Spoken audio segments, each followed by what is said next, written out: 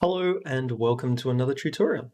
So this time we're going to be taking a look at the area of generics in C#. So generics are a way that allows us to create something that can work with different types of data. That might be a class that can hold different types of things. It might be a function that's able to work with multiple types of data. So that's something that generics allow us to do. Now, for those of you who might be familiar with languages like C++, that might sound very similar to templates. And there are a lot of similarities there between generics and templates. However, generics, in particular generics with the version of C# that's available in Unity, do have quite a few limitations that we wouldn't have with templates, for example. Differences that we run into is in something like C++, I could very easily create something like a 3D vector and have it that the type used for storing the position is actually what it's able to vary. So I could have, from creating the one class, a 3D vector that is using integers for positions, or that is using floats or doubles for positions, and all of the maths and everything like that in it is largely going to just work. That's not something that we can currently do with generics in Unity. In the later versions of C#, so separate from Unity, or from the version that Unity has, there are steps to make that more doable.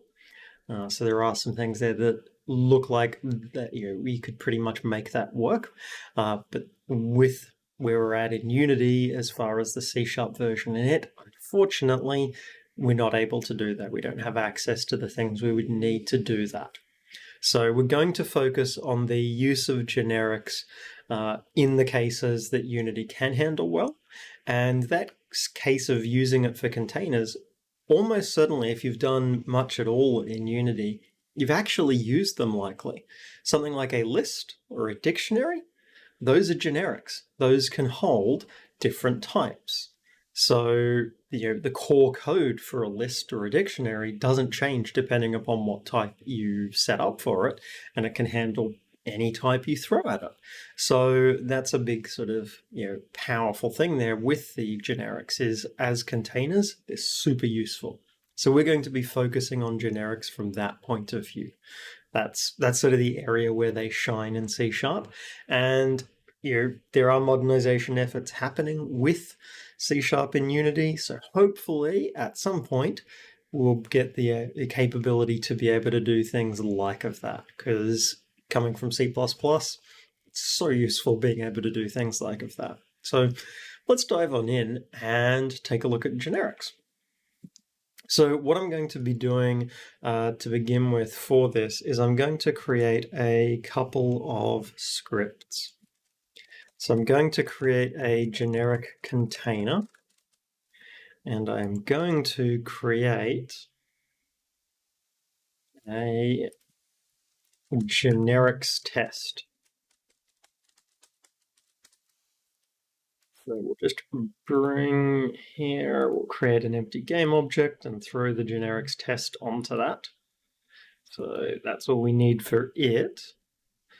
So if we dive on into the code then for these, and we'll just get this stuff set up.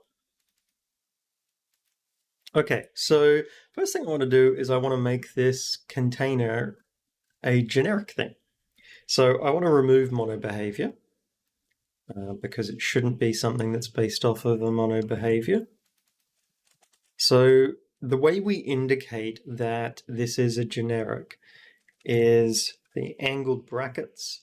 And then what we put in here is essentially a placeholder for the particular type that it's generically handling. So there's different conventions, but you'll see for this, commonly for a lot of internal ones for C#, what you'll see is things that'll be like T, item. I more favor the style of doing item type like that. I could do T item type. That feels potentially a little redundant, but this is sort of my preferred approach for it. But different coding styles are, the key thing is to have a consistent coding style, not necessarily using the exact coding style that I'm using here. Key thing is that you're consistent and that you're clear with it. So, okay, we've said that it can hold item type. Well, how do we then use that? So what I do is I actually can do a list item type data is a new thing. So this isn't a type that currently exists. What happens is when we go and say, for example, here, generic container, float, that's now going to be a version of our generic container here that essentially has float swapped in there. So the way C# works with it is a little bit different to the way that C++ does. It doesn't go through and replicate the content of this at compile time, swapping in float. It is a different process that it's actually following there for it, which is part of the reason why we run into some of the limitations that we do with this. But we can also do things like, okay, so this generic container, I might want something that is essentially functions as a list. So as far as everything else in the code is concerned, this thing could function exactly like a list. But internally, I might want it to be doing some extra logic there. I might want a few extra processes, things like that, to make it do some specific customization. So what I can do to handle that is I can say that this actually just implements the list interface. And you can say with the implementation of that interface that it is also this particular type. Now we get a bunch of errors at that point, and that's okay. Because what we can do is we can tell it to do sort of the placeholder implementations of these, and then we can just connect all of these up, and they get routed to the actual list. So this can be a handy thing if you are wanting something where it's largely going to be doing the functionality of a list or a dictionary or something like of that. You can have something, implement that interface, or you might inherit from it, depends upon your particular needs. And that just gives a really easy way of then having something that can augment the behavior of it, but just be dropped straight in. So I could internally have this be doing additional things with that data. There's lots of different things I could be doing here with this. But we just go and update all of these. So a lot of this stuff that I'm doing here, this is not a core part of things that you would be doing with every generic. This is more a case of, okay, well, I've said that I'm using that interface, so I have to actually implement all of the contents of that to have it not be grumpy at me. But it shows if I wanted something that was a list, I could then go and modify internally any of the particular bits of the behavior of this. I also could be doing stuff where, while this is actually externally presenting the interface of a list, so being able to, access stuff at a particular index, being able to iterate over all of those particular things, I could actually use a completely different data type under the surface here. Is something that would be very easy for me to actually do. And we can see also in all of these functions, cases wherever it needs to refer to the particular type being held, it just uses item type. So when it's removing, when it's inserting, finding things, everything is tied to that individual type. And that's just the key sort of thing with it, that we just use item type exactly like any other variable type. And it makes life really easy for working with something like this. So when we're actually working with these, one of the things that we do run into, and this is where the limitation sort of happens with being able to support specific types for things or specific like numerical behaviors. There is no way currently in C# in the there's no way currently in the version of C# in Unity for me to support doing something like of this. So item times equals 2, or even item plus 3. Doing maths on this, there is no way for me to actually make that doable. We can, for a generic, we can, say, okay, well, where item type is a particular type of thing, but we're restricted there to stuff like of classes and things like of that. There isn't, and while there is, in the latest version of C#, in the version in Unity, we don't have access to be able to do that restriction to it be something that we can perform numerical operations on, which is unfortunate. And we can, in C++, the way that we could handle something like of this is you can do what's called partial specialization, where what I could do, and in C#, this is going to look like it works. I could do add float item, and then what I would have to do is data as list of float add item. Now on the surface, this will run, and this will look like it's actually giving us that partial specialization behavior that we expect.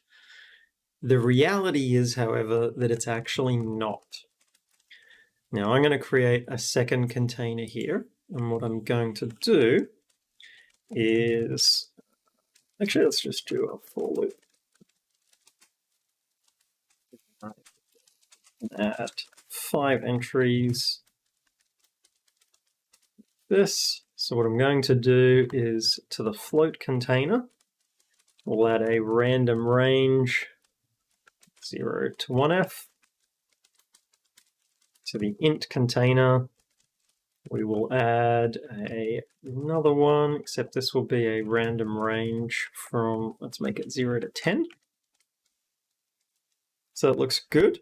What I'll do also down here is element, in float container, that, and I will just do a debug log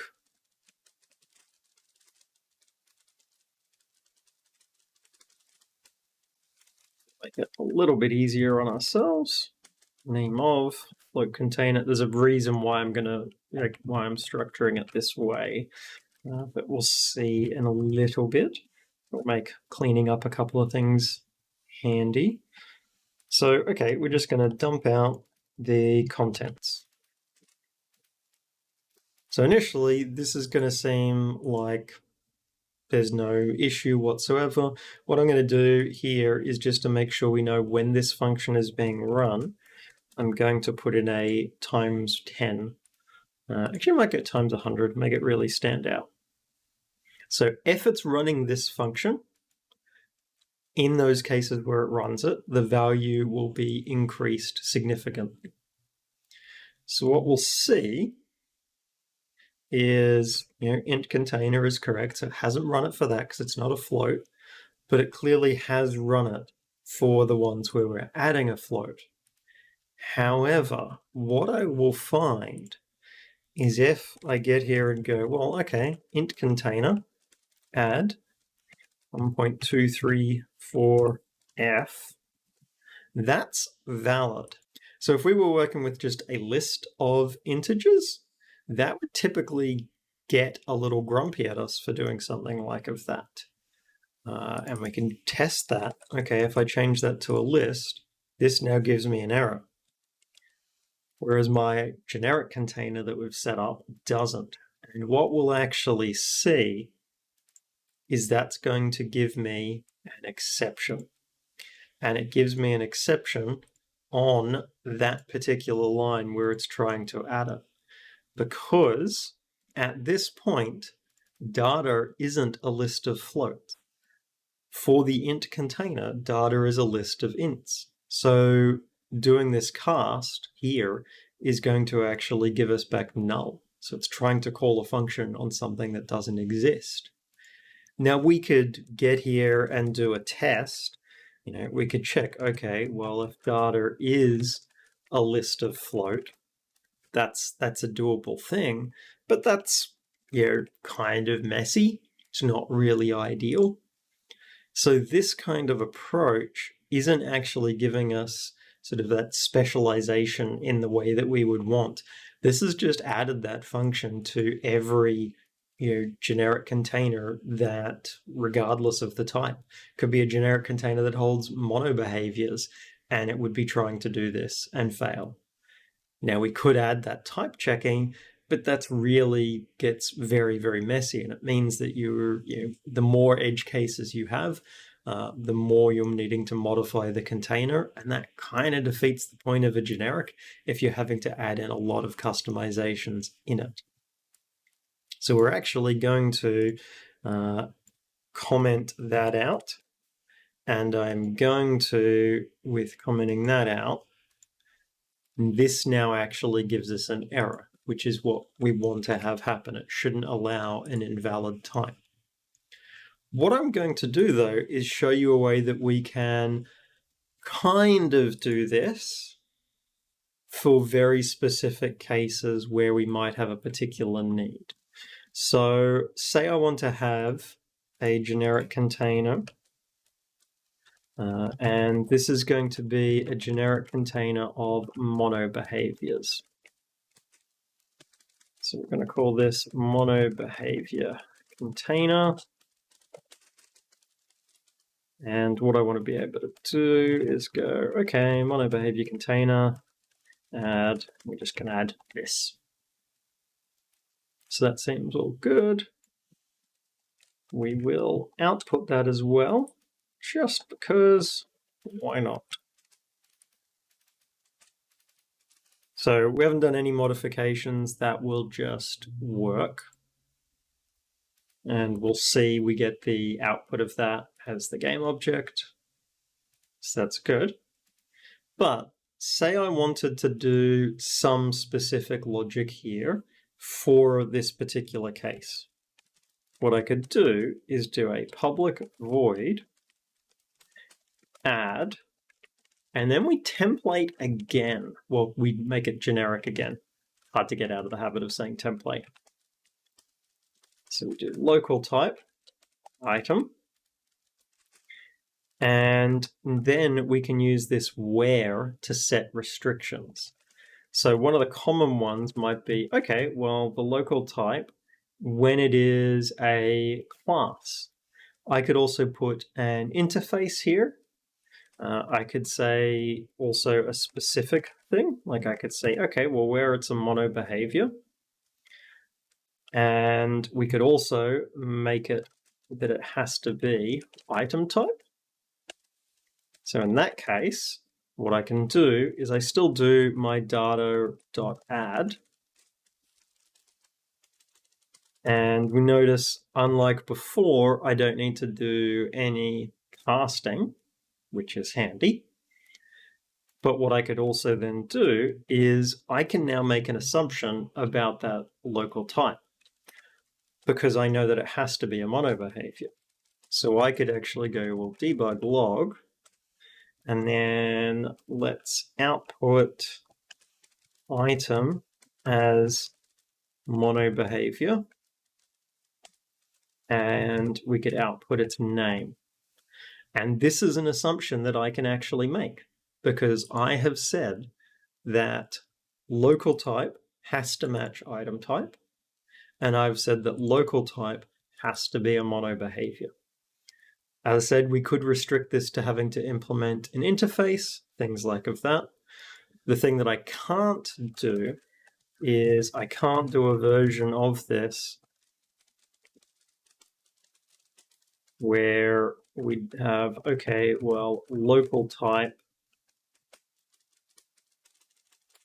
item where local type, is a float, for example. That's not a thing that I can actually do. So if I try and do something like that, even if I comment this out, that's not possible. Float can't be used as a constraint, and this is the restrictions. This is the thing that in newer versions of C#, there is a particular set of interfaces that you can, that sit in the system numerics, but we do not have access to those in Unity currently. That's the downside. So something that we can't currently do, but they are working on modernization for it, which is handy. So this is a way that we can do specialization of these things. So this should actually mean that when it goes to add, it can go and specifically run this extra little bit of logic. So let's find out if it is actually doing that. We'll run this, and what we should see is our game object got logged out. So that's good. And if I rename this test game object, we should see that it now says test game object. And it would help if I renamed it not in edit mode.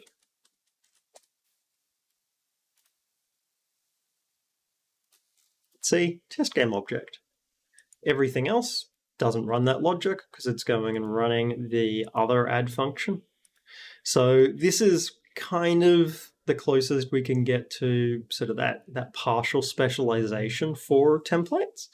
And we can apply that to particular functions. And that's actually a really, really handy thing. Because one of the things that we could do is this logic here is largely identical. It's doing the same operation, just with different data swapped in. Now that is the general case we look for when a generic might be applicable. Same operation, different data. Generic is usually a good call there, unless the operation is a numerical one. In this case, it's not. So what I could do is I could have a print container, and I could say container type. So generics, you can use them on an individual function, not within a generic class at all.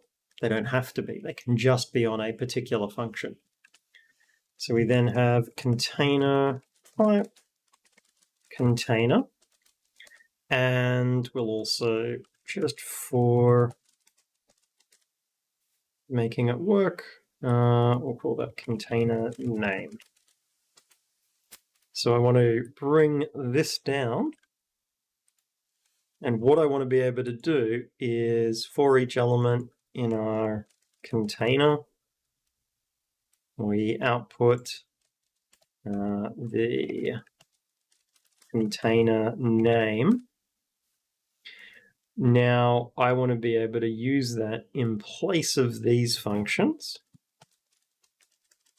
So I want to be able to just go, okay, print container, and let's give it the float container and the name of that.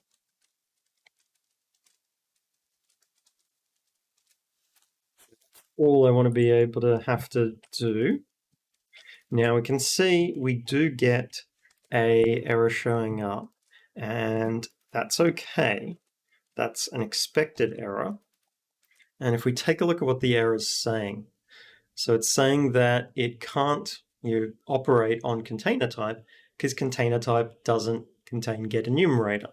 And that's because we haven't put any restrictions here to make it so that container type has to be something that can be enumerated over. So that's where good old where comes in. So we can go, okay, well, where container type has to implement IEnumerable. As soon as we do that, the error goes away because we've said you can only validly call this function on types that implement IEnumerable. So that makes our life a lot easier. And if we then test that, we should see we still get the same output. And we do. It's still going through and it's outputting the contents of those containers the same as before. Just to recap with the stuff that we've looked at. So generics are a way of allowing us to create a class or a function that is able to run the same process on multiple different types of data. When we're doing that, with the generic, we give it a stand-in type. We can have multiple here, so something like a dictionary, would have essentially key type, comma, value type, so you can have multiple ones here. It is completely valid. When we're working with it, we use that sort of temporary placeholder type that we've created as a stand-in for wherever we would be using the concrete type. We're able to do some limited specialization. So we can create a function that is itself a generic. We can apply a constraint, so that type has to match our container type. And we can restrict it also to particular classes or just any class or particular interfaces. We can kind of list a lot of different ones here. So that gives us a way of doing some customization if we need. We want to avoid doing customization like this, where we change the parameter type there to be a concrete type, because what that does is that doesn't just add it for floats, that adds it there for everything. So then we need to do type checking. So we want to try and avoid doing something like this, except in a case where we have a very, very, very good intentional reason for it, and we're going to be handling the data conversion and everything inside of here. So there may be cases where we could have a valid use for it, but we want to be very cautious with where we do use it. We can also, similar building off of that function idea, we have classes can be generics, but a standalone function in something that itself is not a generic can actually use that same logic to give us a function that can run the same operation on different sets of data. We are restricted in what those operations can be, and the restriction is generally that it has to implement particular interfaces, for example. So that allows us to make it that, in this case, has to be something that implements IEnumerable, which is the bare minimum to support for each. So we can create interfaces there and have those that enforces particular constraints there of what can actually be stored in the generic. So that can be really handy.